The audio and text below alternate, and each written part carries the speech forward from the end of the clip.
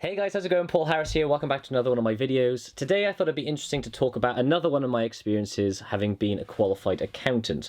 So I went from getting my qualification at PwC to then moving outside of PwC because I didn't like it into an industry role, and how in that industry role I ended up having to bind documents with my day. Okay, so I went from being very busy to then feeling like I wasn't being challenged at all. I'll talk about some of the things I learned from that experience, some things you might find yourself doing along the way. That's what I'm going to talk about today. Hopefully you find it interesting.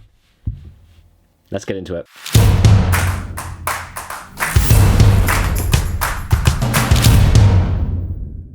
Okay, so as you probably know, if you subscribe to my channel, you know that I'm a qualified accountant. I studied at PwC. I got my chartered accountancy at PwC, and 4 years after doing it, I found like it wasn't very rewarding. I wasn't getting much recognition. I felt the hours were ridiculous. It was a lot of churning of information. It's just very busy, very intense, quite stressful. And I thought, I want out. So I decided to jump ship probably too quickly, and again decided to make the decision to move into a different role without really working out what I wanted to do and what I wanted to, get out of a role. I just sort of moved. I saw an opportunity to move into a role where the pay was quite good, and I thought, it must be better, it must be better than what I'm doing now. And I think that's one of the first lessons here is to not just make decisions because the current situation you're in is a bad one and just thinking anything is better than this current situation. So I left PwC because I just didn't like it, and I thought to myself, anything's better than this, and then obviously just landed in a job straight out of PwC, which again wasn't very rewarding. So worked at a company, it was all right. People thought I was doing a decent job, but it just wasn't challenging enough. You go from working in practice and being very busy and having several jobs and having to deal with like a front-facing role with different clients, and then when you move into an industry role, you'll find there's quite a drastic change in the culture. It's I don't know about if you do this change, you'll find in some roles it's just a very slower pace.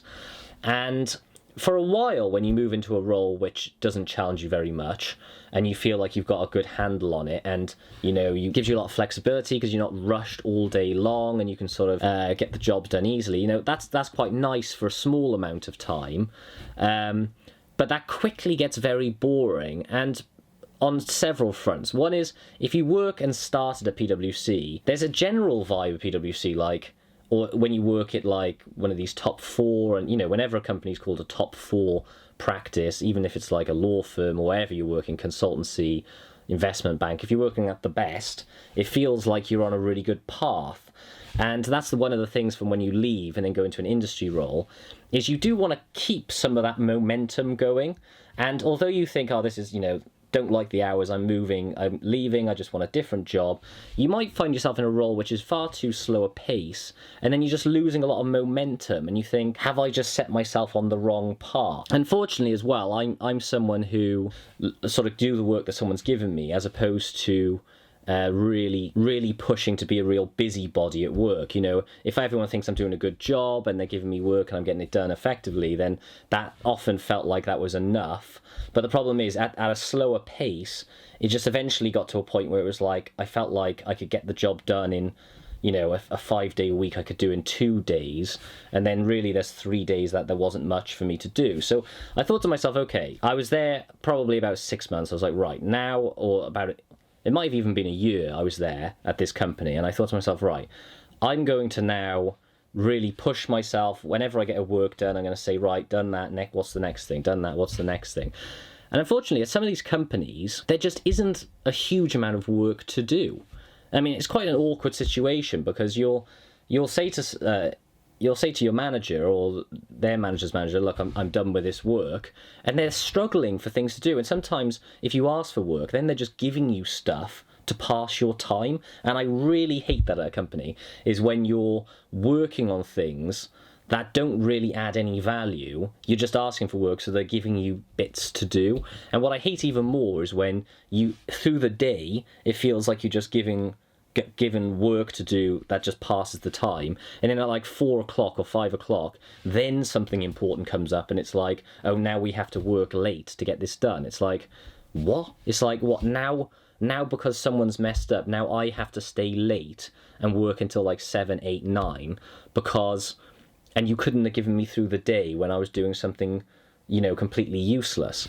So I would keep pushing, and I kept pushing to sort of say, look, I'm done with this, I'm done with this. Eventually, it literally got to the point, like I said in the intro, where they gave me binding to do. Now, this was sort of the last straw for me in terms of, right, I've outgrown this place.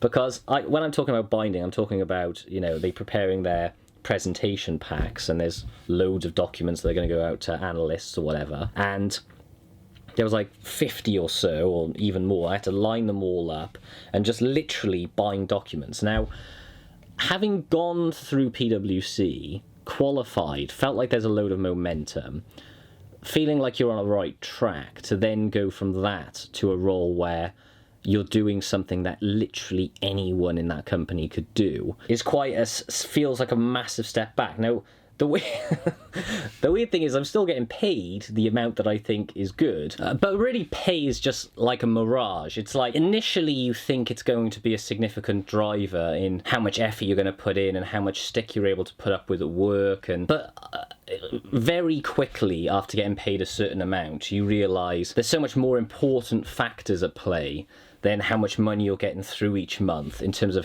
what you're able to put up with.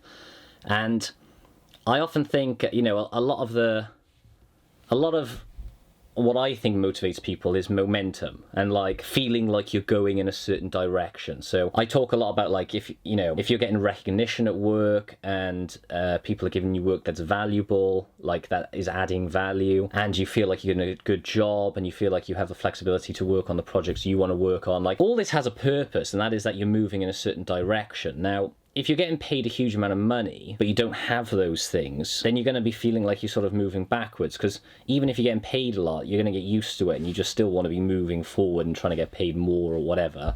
And what you need to do that is to feel like you're adding value and progressing. So I guess the main point of this is that you really always want to be thinking about trying to challenge yourself. I think I've definitely made a lot of mistakes over the years in terms of like not knowing what direction I want to go in and sort of going with the flow too much at work and just letting other people guide me in terms of what I should be doing. And it's always, whenever you try and sit down and really make your own decisions of where you want to go and what jobs you want to be doing and how you want to progress things, and understanding that like taking that initiative is actually what people want. Like when you have a manager, although there is a part of it which is like them directing you as to what sort of job you want to be doing, really they want you to take the initiative and really try and progress things and improve the way things are being worked at the company. And as soon as you start getting into that mind frame of really taking the initiative yourself and trying to move things forward and adding value, then that's when you're going to get the most recognition. Unfortunately, at some companies, that level of flexibility and that opportunity is just not there. It's like, and I think that's just what I found when I left, and you know, probably because I left PwC with just the attitude of just I want to get out, I didn't take enough time to really focus on the path that I wanted to go on. Now, the point of this video is, if I'm trying to summarize, and if you're still with me and still find this at all interesting, is that you really need to focus on doing roles that are going to challenge you and give you the opportunity to be challenged, and not just make decisions based on the fact that what you're currently doing is not suiting what you want to do. You know, you want to be always moving in positive directions and always finding jobs that challenge, because if you get into a routine like me and you find yourself in a position where a company is telling you to bind documents and you're a qualified accountant and spent hours studying and you know you can add more value than that, you want to just get out of that situation. You want to find something that is going to push your skills and to make you feel like you're adding value to a role, because you will, particularly if you are qualified and you've done all this studying, you are a lot more capable than what some jobs will have you doing. You know, when you start at a company, you will always seem to get a lot of the grunt work and a lot of the processing stuff. You do have to stick through it, and you do have to sort of understand the company and how it works to progress onto something more meaningful. But you always need to try and find and carve your path into doing a role that is going to push you and give you the recognition that you deserve. I remember at PwC, we always used to talk about the fact that if the people that I worked with, if we all just left PwC and spent as many hours working on starting our own company as we did working on doing you know, pointless ticking and bashing of auditing on some clients, and actually spent that actually working and trying to start a company, that we said it would be far more successful. But instead you get all these very, very clever people in a situation where most of them are doing a job that they don't really like, spending a huge amount of hours progressing something that they could probably far more be adding value somewhere else. And I think that is probably the summary of this video. You probably are a lot more capable of doing something a lot better. So if you're in a role that you feel like is a bit beneath you, you either need to try and jolt yourself out of it. Don't just accept the work that's being given to you, and really try and add value at the company you're at. You're probably going to find it a lot more rewarding if you work harder than that at doing that. And if you can't find a role at your company, or don't think there's much progress there, it's probably best that you find a company that you really can progress at and really can add value and really focus and actually try harder at. Anyway, there we are.